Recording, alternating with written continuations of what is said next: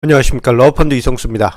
자, 오늘은 홍콩 증시 이야기를 좀 드리고자 합니다. 자, 그 이유는 바로 지금 홍콩에서 민주화 시위가 강하게 일고 있고, 그로 인해서 지금 단발적으로 증시가 하락하고 있기 때문입니다. 예, 홍콩, 우리나라 입장에서는 매우 친숙한 나라죠. 예, 우리나라 사람들에게는 홍콩 영화로 잘 알려져 있고, 그리고 증권을 투자하시는 분들이라면 홍콩 증시는 중요한 아시아 금융 허브로 잘 알려져 있습니다. 자, 그런데 그 홍콩에서 민주화 시위가 6월 달에 강하게 일고 있습니다. 자, 뭐 100만 명이 넘는 사람들이 운집해서 정말 강하게 대중국에 대한 항의를 표시하고 있는데요. 자, 이 과정에서 홍콩 증시가 하락을 했고, 그 일부 영향을 우리나라 증시도 받고 있습니다. 자, 오늘은 좀 특이한 관점에서 홍콩 증시와 한국 증시를 같이 바라보는 시간을 가져보도록 하겠습니다. 왜냐? 홍콩의 민주화 시위가 강하게 일고 있기 때문입니다. 자, 홍콩 시민 수백만 명 대중국 민주화 시위를 강하게 지금 진행하고 있죠. 예. 홍콩 정부에서 범죄인 인도법 개정안을 추진하려고 하고 있습니다. 자, 이 법안은 중국이 요구하면 홍콩 정부는 정치범을 중국에 보내줄 수 있다라는 그러한 의미를 담고 있습니다. 자, 그러다 보니 지금 홍콩 시민들 입장에서는 최근에 중국에 대해서 반기를 들었던 홍콩 시민 중 몇몇이 중국으로 이게 뭐 납치 비슷하게 그렇게 끌려간 사건이 있었다고 합니다. 자, 그러다 보니 이 법안이 통과되면 홍콩은 완전히 민주주의고 뭐고 질서가 사라지는 완전히 중국의 완전한 속지가 돼버린다. 그러한 이제 불만이 터지게 됐습니다. 그러니까 이게 뭐 이 법안에 대한 시위로 시작이 됐지만 결국은 대중국 시위인 것이죠.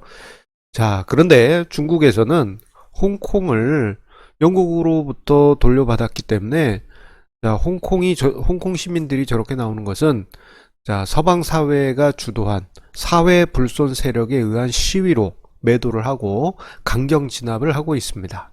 자, 뉴스를 통해서 보셨을 거예요. 고무총을 쏴가지고 사람들이 피를 흘리고 여러 뭐 최루가스나 최루액을 뿌려서 시위대들이 크게 다치는 그런 일들이 지금 점점 늘어나고 있습니다.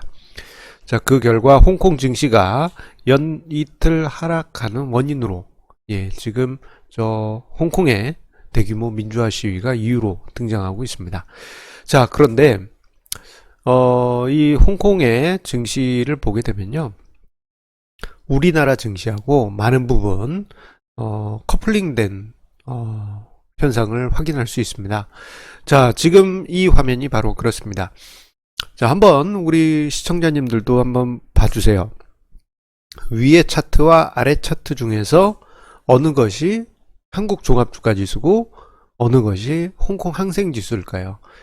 뭐 바로 이제 알아맞히는 분도 계시겠습니다만 조금 순간 이거 비슷한 거 아니야? 라고 생각하시는 분들도 일부 계시리라 짐작이 됩니다. 바로 위에 있는 것이 이제 홍콩 항생지수고 아래쪽이 우리 코스피 종합주가지수입니다.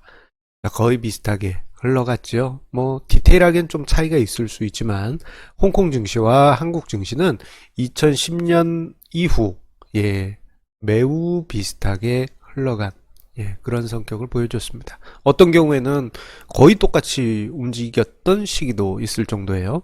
자, 보게 되면요, 2008년 금융위기 이후 2009년 초부터 해서 2008년 말부터 해서 현재까지 80% 중반의 상승률을 만들고 있다는 점도 홍콩 항생지수와 종합주가지수 비슷한 부분이 있고, 그리고 2010년대 들어서 7년여의 장기 횡보장, 요것도 비슷해요. 그리고 2016년, 17년의 상승장, 예, 요것도 비슷하고 2018년의 하락장도 비슷하게 흘러왔습니다. 마치 홍콩 증시, 한국 증시와 쌍둥이까지는 아니지만, 예, 형제처럼 또는 예, 남매처럼 또는 자매처럼 거의 비슷하게 모양이 비슷하게 움직였습니다. 자, 모양만 비슷한 게 아닙니다. 자, 상관계수도 매우 높았어요. 자, 이 자료는 홍콩 증시, 한국 증시와 홍콩 증시, 그리고 니케이 225 일본 증시, 그리고 미국 S&P 500 지수, 이 지수들과 한국 종합주가 지수 간의 월간 수익률의 상관계수입니다. 자, 보시게 되면은 한국과 홍콩 항생지수 같은 경우에는 0.72, 자, 일본 같은 경우에는 0.47, 그리고 미국 증시와는 0.63입니다. 이 수치가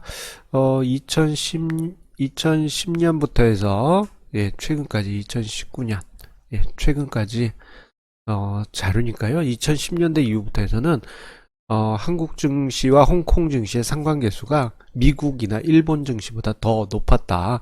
거의 똑같이 움직였다라는 것을 보여주는 아주 중요한 대목이라고 할 수 있겠습니다. 자, 그런데요. 자, 홍콩 문제가 점점 부상하게 되면은 어쨌거나 홍콩 증시에도 영향이 있을 거고 우리나라 증시에도 영향이 있긴 할 텐데, 자, 우리가 홍콩 이슈를 볼 때, 자, 시위 자체가 증시의 발목을 잡는다라고 생각하시지 않기를, 예, 그 이야기를 먼저 드리겠습니다. 자, 보통 우리 일반적인 관점에서는 어떤 나라의 대규모 집회, 대규모 시위가 있게 되면 그 나라의 뭐 경제가 안 좋을 거다, 뭐 여러 가지 좀 부정적으로 보는 시각이 있지 않습니까? 하지만 그렇게 대규모의 시위가 있다 하더라도 자, 증시가 발목을 잡히지는 않습니다. 자, 대표적으로 우리나라 같은 경우를 보더라도 그렇습니다. 자, 우리나라에서 대규모 사람들이 100만 명 이렇게 모인 대규모 집회가 열렸던 시기는 80년대 민주화 투쟁 때, 그리고 2016년, 17년에 예, 촛불혁명 때, 예, 요때가 있죠. 자, 그런데 그 시기 때 보면요, 우리의 고정관념으로 보면 증시가 폭락했어야 됩니다만, 자, 2016년, 17년 때 오히려 증시 상승했죠. 그리고 80년대는 증시가 정말 대단하게 상승했습니다. 뭐 상승률 자체를 뭐 숫자 단위로 표현하는 게 좀 이상할 정도로 엄청난 예, 증시 상승률이 있었습니다. 그 이유는 대규모 집회가 있다 하더라도 경제는 계속 돌아가기 때문입니다. 자, 문제는 자, 홍콩 시위에 있는 것이 아닙니다. 홍콩 시위 자체가 증시의 핵심 요인은 아닌 거예요. 이 부분을 우리가 홍콩 이슈뿐만 아니고 차후에 뭐 어떤 나라의 증시 이슈를 볼 때 대규모 집회가 있었대, 그렇다 하더라도 그 집회 자체가 문제는 아닙니다. 오히려 그 외의 요소들을 우리가 볼 필요가 있습니다. 이번에 홍콩 이슈 같은 경우에는 이게 이제 중국의 반응을 예, 계속 예의주시하실 필요가 있습니다. 왜냐하면 자, 이번 그 홍콩의 대규모 시위가 약간은 미중 무역 전쟁의 대리전 양상을 띠고 있기 때문입니다. 자, 중국 쪽에서는 뭐 미국이 시켜서 한 거다 뭐 이런 얘기도 나올 정도로 민감하게 반응하고 있죠. 자, 그런데 이 이후에 우리가 봐야 될 게 두 가지가 있습니다. 첫 번째로는 지금 일단은 홍콩 그 의회에서 범죄인 인도 개정안에 대한 심의를 일단 연기했어요. 근데 그 연기한 게 중국 정부에서도 일단은 유보하자라는 식으로, 자, 유화적으로 갈 수도 있고 또는 아주 강건하게 뭐 말도 안 되냐 빨리 통과시켜라 이런 식으로 갈 수도 있는데, 자, 그게 어떤 태도로 나갈지 지켜보시는데, 자, 중요한 스케줄 하나 같이 파악하실 필요가 있습니다. 그것은 바로 6월 28일에서 29일에 예정되어 있는 오사카 G20 정상회담입니다. 자, 그 전후로 해서 중국이 홍콩에 대한 태도가 어떻게 나오는지, 강경이냐, 유화적이냐, 그것도 체크하시고요.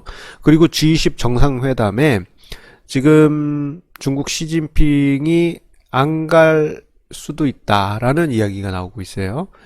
이게 무역 전쟁 중에 그 뭐 대만 이슈도 꺼내고 홍콩 민주화 시위도 커지다 보니까 시진핑이 미국에 대해서 좀 마음이 서운하다 뭐 이런 식의 분위기인데, 트럼프는 시진핑 G20 정상회담에서 보자 이렇게 이야기했죠. 항상 강조드립니다만 지금 미중 무역 전쟁은 우리 학창 시절 뭐 이런 일은 없어야 되지만 학교 캡장하고 싸움 가장 잘하는 친구하고 그 다음 2등인 친구하고 기싸움 하는 과정입니다. 좀 모양새가 좀 거칠긴 합니다. 자, 어쨌거나 자, 중국이 홍콩에 대해서 강경 노선을 취했는데 거기에 G20 정상회담까지 시진핑이 참석하지 않는다? 이럴 경우에는 이거 좀 골치 아픕니다. 좀 이제 한동안 좀 힘들 수가 있어요. 자, 그런데 좀 유화적 태도, 홍콩에 대해서 좀 유화적으로 나오면서 G20 정상회담에 시진핑 참석한다 이런 식으로 갈 경우에는 이건 이제 미중 무역 전쟁에 있어서 중국이 약간은 고개를 숙인 그런 양상으로 갈 수가 있습니다. 자, 지금 현재 점점 점이 갈경이에요. 대만 문제, 남중국해, 그리고 홍콩. 만약에 우리가 북한하고 사이가 안 좋았다 그런 상황이었으면 또 우리나라 한반도 골치 아팠을 겁니다. 자, 그런데 그 흐름이 중국이 홍콩에 대해서 어떻게 대하느냐. 자, D-Day는 6월 28일 G20 정상회담 전후까지입니다. 자, 그 국면에서 중국이 유화적으로 나올 경우 홍콩 증시에 어느 정도 다시 안정세 찾아갈 거고, 그렇다면은 한국 증시도 커플링 되어 있기 때문에 다시 힘을 내어줄 것입니다. 하지만 너무 강경하게 중국이 홍콩에 대해서 대할 경우에는 조금 마음을 한 번 더 강하게 가질 필요가 있겠습니다. 조금 어려운 변수가 이번 주에 생긴 것 같습니다. 자, 오늘 저희 증시 토크는 여기서 마치도록 하고요. 한 가지 공지 안내 드리겠습니다. 자, 6월 29일 G20 정상회담이 한참 있을 때네요. 자, 6월 29일 토요일, 자, 마지막 주 토요일입니다. 자, 오후 2시에서 4시에 저의 73차 정기 세미나가 개최됩니다. 자, 장소는 NH투자증권 목동 WM 센터에서 진행이 되고요. 자, 20분 한정으로 진행이 되기 때문에 참여 신청을 꼭 해주셔야 됩니다. 그래서 제가 이 영상 댓글 최상단에요, 참여하실 수 있는 방법 링크를 남겨놓도록 하겠습니다. 클릭하셔가지고 함께 세미나 하여 주시기 바라겠습니다. 자, 그러면 우리 애청자님들께 다시 한번 감사드리면서요, 구독, 좋아요, 공유 버튼 다시 한번 한 번씩 꾹 눌러주시면 저에게 큰 힘이 됩니다. 감사합니다.